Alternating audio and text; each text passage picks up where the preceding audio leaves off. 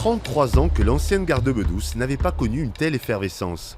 Fermé depuis 1985, ce bâtiment centenaire de 350 mètres carrés démarre une nouvelle vie, celle d'un hôtel-restaurant, un projet porté par ce jeune couple habitant le village, une enseignante et un chef cuisinier. Ça a germé en voyant vraiment ce bâtiment, le coup de charme un peu pour ce bâtiment. Je voyais vraiment qu'il avait une histoire, qu'il faisait un peu partie du patrimoine. On va aller voir les chambres d'hôtel. On va voir les chambres. 6 chambres, dont une au rez-de-chaussée adaptée aux personnes à mobilité réduite, un restaurant de 40 places en salle et autant en terrasse.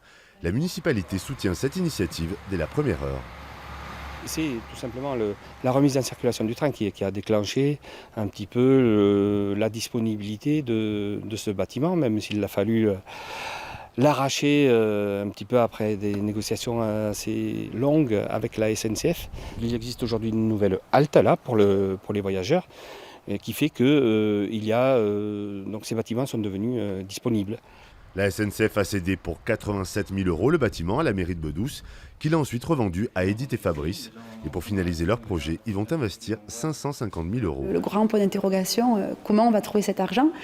Donc, des économies personnelles, on a sollicité des proches, on a d'abord été voir les banques et ensuite la bascule s'est faite quand on s'est tourné justement vers les associations qui aident au développement économique et ça a vraiment été le levier qui nous a permis de remporter l'accord bancaire.